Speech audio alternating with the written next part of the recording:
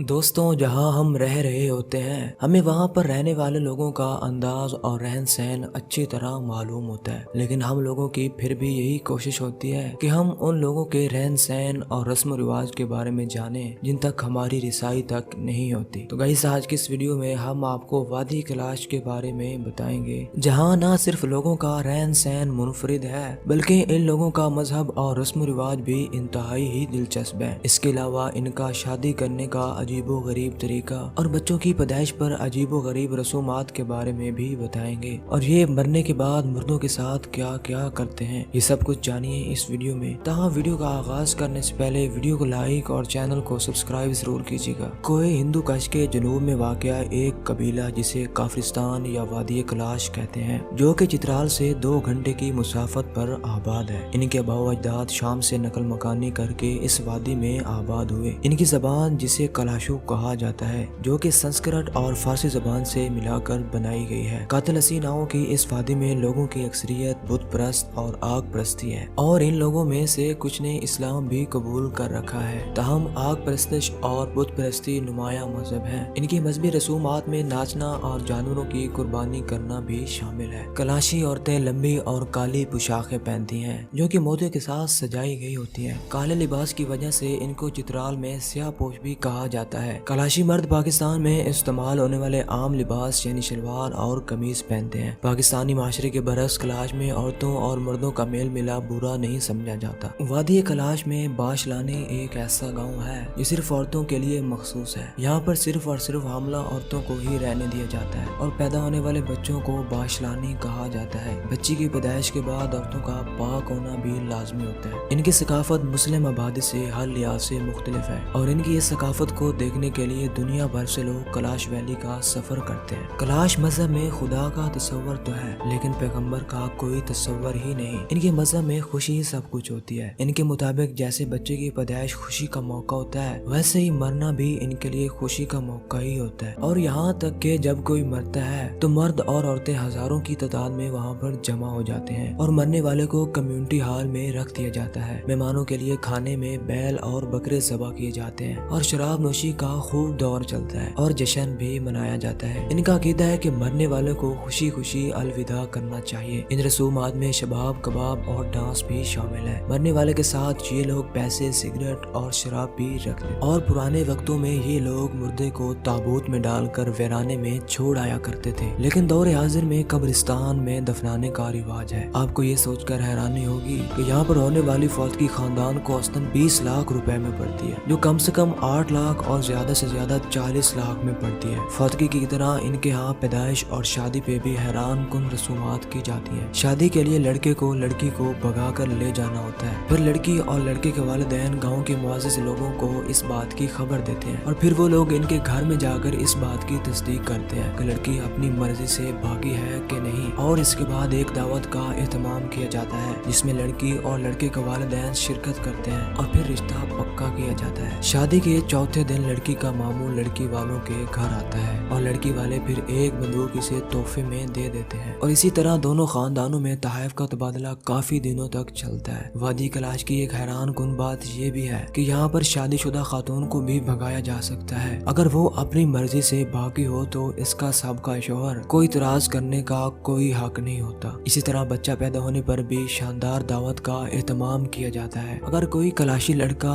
या लड़की किसी मुसलमान से शादी करना चाहे तो वो भी अपनी मर्जी के साथ कर सकती है। हालिया अरसे में कलाश लड़कियां तेजी से इस्लाम को कबूल कर रही है, जिसकी वजह से मकामी लोगों के साथ यूरोपियन NGOs भी काफी परेशान है। और वादी कैलाश में पैदा होने वाला हर बच्चा बेशक पाकिस्तान में ही रहता है, लेकिन इस बच्चे के पैदा होते ही यूरोपियन इसे गोद ले लेते हैं। यानी यूरोपियन NGOs की तरफ से हर फर्द के लिए एक बैंक अकाउंट बनाया गया होता है, जिसमें हर माह पाबंदी के साथ इनको हजारों रुपए ट्रांसफर किए जाते हैं, जिसके औज यही मुतालबा किया जाता है कि मुसलमान होने से गुरेज करे, और अगर कोई कैलाश मजहब से बेजार है तो वो ईसाई बन जाए। तो गाइस, ये थी आज की शानदार वीडियो।